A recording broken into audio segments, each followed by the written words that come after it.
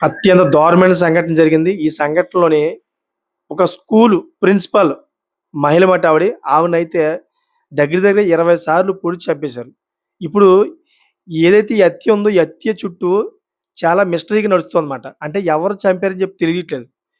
ఇప్పుడు నేను చెప్పబోయే విషయాలన్నీ కూడా మీరు ఇన్న తర్వాత, ఈ మహిళని ఎవరు చంపారని చెప్పేసి మీకు క్లారిటీ వస్తే గనక కామెంట్ చేయండి. అసలు ఏం జరిగిందంతా కూడా మీకు పూర్తిగా క్లారిటీగా చెప్తాను. మీకు అర్థమైపోద్దమాట. అసలు ఎక్కడ జరిగిందని కూడా ప్రతిది కూడా చెప్తాను. అసలేం జరిగిందంటే, చక్కగా ఒక కుటుంబం జీవిస్తా ఉంది. ఆ కుటుంబంలో భార్యాభర్తలు, అంతేకాకుండా ఒక కొడుకు మాట. భర్తేమో హైదరాబాద్‌లో ఉద్యోగం చేస్తూ ఉండుంటే, భార్యేమో నీరెస్ట్‌గయితే ఒక ప్రైవేట్ స్కూల్‌కి ఒక ప్రిన్సిపల్‌గా అయితే వ్యవహరిస్తా ఉందన్నమాట. ప్రిన్సిపల్ మాట ఒక ప్రైవేట్ స్కూల్‌కి ఆవిడ. సో, ఎప్పుడు ఇవాళగా అయితే భర్తేమో చక్కగా హైదరాబాద్‌లో జాబ్ చేస్తూ ఇంటికొస్తా ఉంటాడు డైలీను. అంతేకాకుండా ఈవిడ కూడా తన ప్రైవేట్ స్కూల్‌లోని ప్రిన్సిపల్‌గా విధులు ముగించుకొని ఇంటికొస్తా ఉంటది. తన కొడుకేమో హైదరాబాద్‌లోనే కొంచెం హైర్ ఎడ్యుకేషన్‌గా చదువుతూ ఉన్నాడంట. సో, ఇటువంటి క్రమంలోనే సడెన్‌గా అయితే తన కొడుక్కి బాగోకపోతే అదోకటి స్కూలుకి కూడా ఒక 3 రోజులు, 4 రోజులు సెలవేదో వస్తే కంటిన్యూ‌గాను తన భర్త, ఈవిడ ఇద్దరు కూడా కలిపి తన కొడుకుని చూడడానికి హైదరాబాద్ ఎళ్లారు. హైదరాబాద్ ఎళ్ళిన తర్వాత హైదరాబాద్‌లో తన కొడుకుతోటి ఒక 2 రోజులు ఉన్నారంట అక్కడ. ఆ తర్వాత హైదరాబాద్‌లోని తన భర్తకేదో ఒక పనుందని చెప్పేసి తన భర్తే ఉండిపోయాడు. తన భార్య ఏమో సరే నాకు ఎలాగో స్కూల్ ఓపెన్ అవుతుంది. ఎందుకంటే ప్రిన్సిపల్‌ని కాబట్టి ఎళ్ళాలని జెప్పేసి, ఆ భార్యేమో ఏ ఏదైతే ఊరుందో అంటే హైదరాబాద్‌కి దగ్గరలోనే ఏదైతే ఊరుందో ఆ ఊరికైతే వచ్చేసింది. వచ్చేసిన తర్వాత ఎప్పుడులాగా యథాతథిగా అయితే మరుసటి రోజు ఆ స్కూల్‌కి వెళ్ళిందమాట. స్కూల్‌కి వెళ్ళి వాళ్ళందరితో కూడాను ఆ రోజు చనిపోయే రోజే మాట. ఆళ్ళందరితో కూడా చెప్పిందంట. మా ఇంటికి కొంతమంది స్నేహితులు గట్టా వస్తా ఉన్నారు. నేను తొందరగా ఎళ్ళిపోవాలని జెప్పేసి ఆ రోజు సాయంత్రం కరెక్ట్‌గా 5 గంటలకైతే సాయంత్రం వెళ్ళిపోయిందంట. ఎప్పుడైతే 5 గంటలకెళ్ళిపోయిందో, ఆ మరుసటి రోజు కరెక్ట్‌గా ఉదయం 7 ఆ టయానికైతే తన భర్త ఫోను చేశాడంట. ఎవరికి? ఈవిడకి. తన భర్త ఫోను చేస్తే ఎంత ఫోను చేసినా గాని మొబైల్ స్విచ్ ఆఫ్ వస్తుంది. రెస్పాన్స్ అవ్వట్లేదు.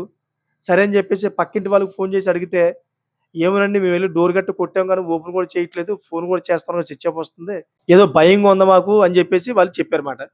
ఇంకా అలా ఎప్పుడైతే చెప్పారో ఆయనకి డౌటొచ్చింది. ఏమైనా ప్రమాదం జరిగిందేమో అని జెప్పి, ఎమ్మటనే నియరెస్ట్ ఏదైతే పోలీస్ స్టేషన్ ఉందో, పోలీస్ స్టేషన్‌కయితే కంప్లెయింట్ చేసాడాయన. కంప్లెయింట్ చేసి, "ఇలాగ నా భార్య అయితే నిన్న నుంచి ఫోన్ లిఫ్ట్ చేయట్లేదు. నేను హైదరాబాద్‌లో ఉన్నాను" అని చెప్పి చెప్పడంతోటి ఇమ్మీడియేట్‌లీగా అయితే పోలీసులు ఏదైతే ప్రాంతం ఉందో, ఆ ప్రాంతం దగ్గరికైతే బయలుదేరి ఆ బా ఇల్లు ఓపెన్ చేశారన్నమాట ఇల్లుని. ఇల్లుని ఓపెన్ చేసి చూస్తే, లోపల విగత జీవితగా పడిపోయి ఉందన్నమాట. దగ్గర దగ్గరగా ఒక 20 కత్తిపోట్లు ఆవిడని తీసుకెళ్ళిన తర్వాత డాక్టర్లు చెప్పారంట కొన్ని సంచల విషయాలు. 20 కత్తిపోట్లు అత్యంత దారుణంగా కసితీరా పొడిచారంట ఆవిడని. చూడండి ఒకసారి. ఒక స్కూల్‌లోని ఒక మహిళా ప్రిన్సిపల్‌గా పనిచేస్తున్నటువంటి ఈవిడ మీద ఇంత కచ్చ ఎవరికుంటది?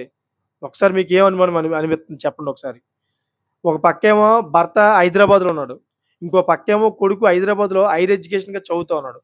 ఇంకో పక్కేమో ఈవిడేమో ఇక్కడేమో ప్రిన్సిపల్‌గా అయితే ఒక ప్రైవేట్ స్కూల్‌లోని విధులు నిర్వహిస్తా ఉంది.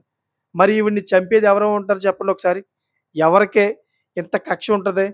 ఈవిడికేమైనా బయట ఎవరితో అయినా గాని ఏదైనా వ్యవహారాల్లో ఈవిడ తలదూర్చిందంటారా? లేకపోతే తన భర్తకి తెలియకుండా ఏమైనా వ్యవహారాలు నడిపిస్తుందంటారా?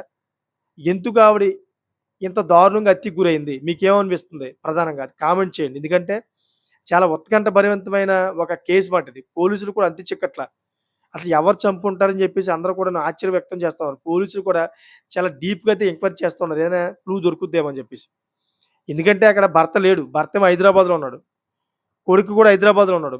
ఓన్లీ భార్య మాత్రమే ఆ రోజు సాయంత్రం స్కూలుకెళ్ళిన రోజు సాయంత్రం స్నేహితులు వస్తున్నారని జెప్పేసి ఇంటికొచ్చిందంట. అసలు ఆ స్నేహితులు ఎవరు? నిజంగానే స్నేహితులా? లేకపోతే ఇంకెవరైనా అవ్వొచ్చా? మీకేమనిపిస్తది కామెంట్ చేయండి.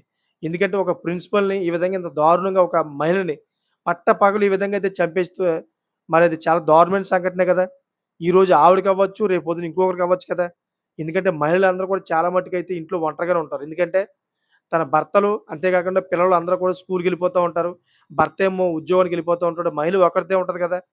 మరి ఒక్కరిదే ఉన్నప్పుడు ఈ విధంగా వచ్చి ఇంట్లోకొచ్చి ఈ విధంగా అయితే చంపేసి ఎళ్ళిపోతా ఉంటుంటే, అది ఎంతవరకు కరెక్ట్ చెప్పండి? మనం తెలుసుకోకపోతే గనక రేపొద్దున మనకు కూడా అయ్యే అవకాశాలుంటాయి కదా!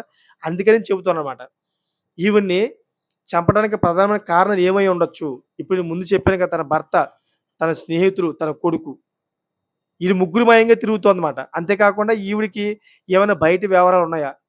దాని మీద కూడా తిరుగుతూ ఉంది. మీకేమనిపిస్తుందో కూడా చెప్పండి.